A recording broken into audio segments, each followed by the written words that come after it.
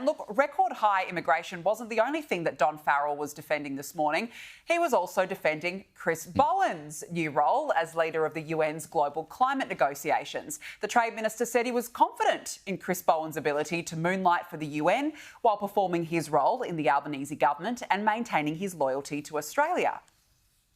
Chris is a perfect candidate for that job. He looks after these issues in Australia, and now Australia, with Chris, has the opportunity to do that on the national stage. We were disappointed that we weren't able to get the COP conference here in Adelaide. Not everyone was so confident in Chris Bowen's ability, though. Shadow Finance Minister James Macpherson, he reckoned that if our Energy Minister was going to lead COP31 negotiations in Turkey, well, he might as well just stay there. Well, Chris Bowen should do two things when he heads overseas, particularly when he goes over to Turkey. He should thank President Erdogan for saving Australian taxpayers $2 billion by not having to host COP. And secondly, I think he should probably stay there because that's where his priorities are. He wants to be on the international circuit. He wants to be hobnobbing and negotiating at climate conferences. He has no interest in lowering energy prices for Australians. Well, Senator Patterson, he's absolutely right in what he's saying. Who exactly is Chris Bowen right now? Is he the part-time energy minister, the COP31 president? Is he the minister for Turkey, the minister for international affairs, the minister for UN summits at this point? Who exactly is Chris Bowen? As for Don Farrell, again, the fact that he's had to come out and say, don't worry, look, please don't panic, everybody. Chris Bowen's loyalties remain here in Australia speaks volumes. Look, James, Chris Bowen's broken many records during his time as the Climate Change and Energy Minister. He was the first one to tell us that our power bills would go down by $275. And he's the first to preside over an energy disaster where our bills have actually gone up by 40% under the renewables-only experiment. And isn't it extraordinary? He can add another impressive feat to his repertoire. He's now Australia's first part-time energy minister. He'll be operating on a fly-in, fly-out basis, clearly, and remarkably will be representing two countries at once, both Turkey and Australia. I mean, the guy can't even get control over the energy crisis at home, yet he's going to, dance about over in Turkey as president of the COP31.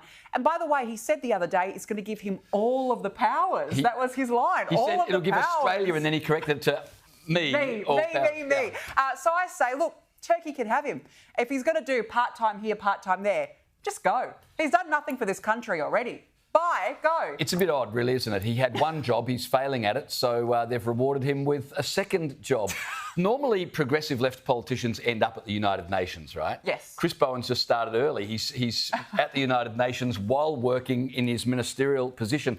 I don't see how he can't be compromised in this role because the whole point of COP31 is to demonise the West, developed nations, and the West is demonised. We have to pay all these other countries for the damage that we have done through the Industrial Revolution that gave them higher living standards.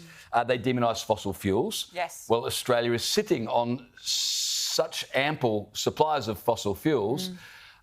So how can you be a Western minister in a country that relies on or should rely on fossil fuels and working for the United Nations that demonises both of those? And then the third thing, of course, is that the UN are calling or demanding urgent action on climate change, which would fly in the face of things like cheaper and affordable energy and reliable energy. So I'm not sure how he can dance to the tune of his UN masters and promise Australians they'll get cheaper energy, reliable energy, and that they'll take into consideration the cost of living crisis that is invariably amplified by these UN policies that he's now running around supporting. But the other thing is he was backed in by his constituents as the member for McMahon. He was given a portfolio under the Crown and now he's frolicking overseas. Honestly, I don't think that Anthony Albanese can keep him as a minister. If he's going to be part-time overseeing the renewables-only experiment